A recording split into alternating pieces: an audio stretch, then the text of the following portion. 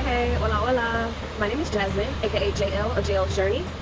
Excuse my background. I came out here to sit at the beach. I don't know if I can turn it around to show y'all. It doesn't look like it. So this is where I'm sitting here at the beach, one of the beaches, Playa Negra in Costa Rica. It is a Tuesday afternoon, about 1 o'clock. Anywho, so my friend has been asking me to record this video for the longest, and I've just been putting it off because I didn't really know what to say or, what to do, or I don't really even like being on camera like this, but I figured it's a beautiful day, I'm out and about, so I may as well just go ahead and knock it out. So this video is going to be about my decision to become a global citizen. I am originally from Miami, Florida, and after high school I went off to college. Once I finished that, I started teaching. I began my 15-year teaching career in Martin County in Florida, which is the Treasure Coast. Did 7 years there, and then got out. Swore I'd never teach again. I was just over it, frustrated, overwhelmed, overworked, underpaid. Florida teachers, y'all already know what it is. Kudos to y'all. Been there, done that. I left there and worked for a year with a well-known mattress company, and honestly it was the shift that I needed because I made the same money, but I had way less stress, and I was literally getting paid to lay on beds to be able to describe to people how they felt and make recommendations. I would say that was the first real big leap of faith in my life, was to leave my job as a teacher, because I'd done everything in my educational career to prepare me for that moment, and all of a sudden I was walking away. No one in my life really understood my need to do that. They were like, what? Why would you leave teaching? Like, you're good at it. You do a good job, and you got a degree and this, that, and the other. And I'm like, yeah, but I'm stressed to the max and I can barely pay my bills, so what's the point? I waited till the summertime and I started working for that mattress company I told y'all about. Did it for a couple months and I was like, you know what?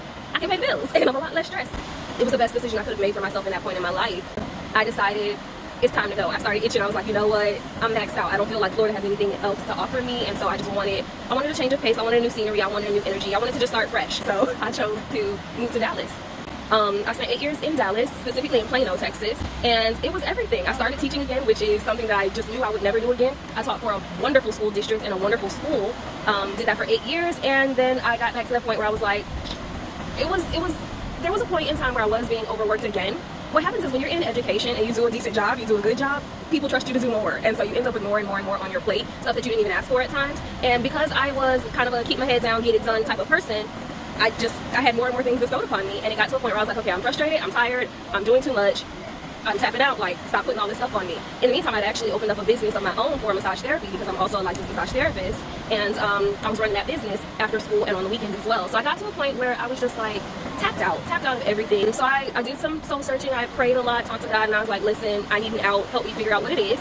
And actually, spring break of 2024, which was my last school year in Texas, I went to visit my family. Shout out to y'all if y'all are watching.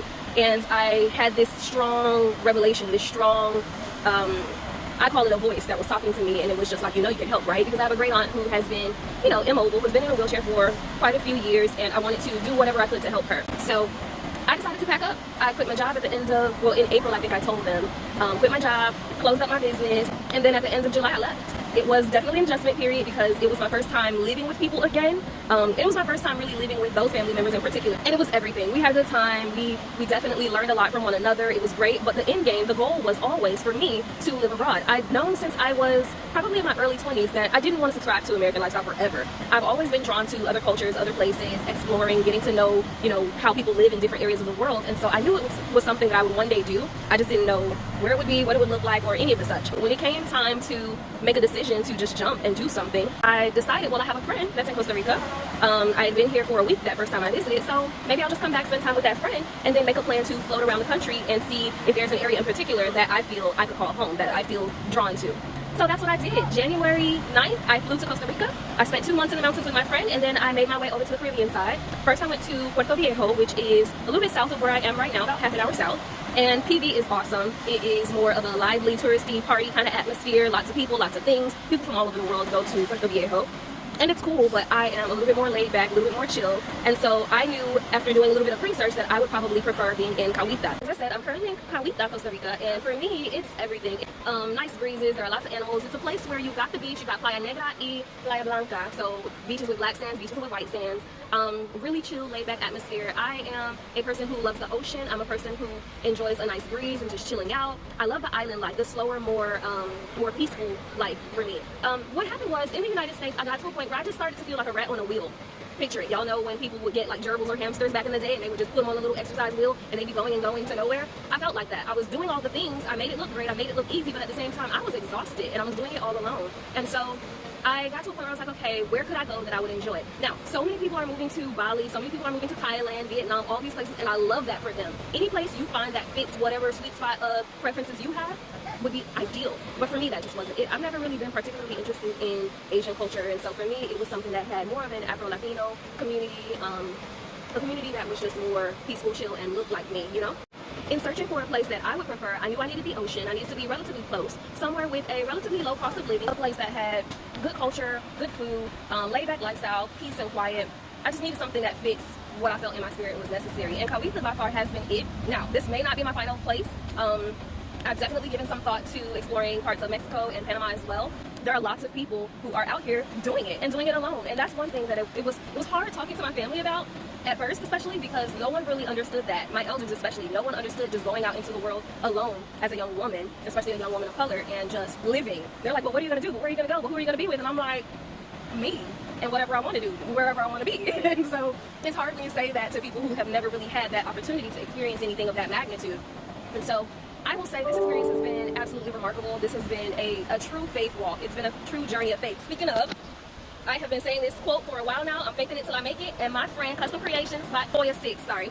She's on Instagram, she's on TikTok, she's on Facebook, she's all over the place. I gave her the ideas for what I wanted to look like and the quote that I wanted. And if you want to show some support, absolutely click on the link. I'll drop it in my bio more than likely so that you can get one of my shirts. It'll ship it directly to you. You can also support directly by hitting up my Cash App. Any size donation helps. I promise you, this travel life adds up. And so I will put a link to my Cash App, or I'll put the screen reader QR code thingamajigger in this video somewhere.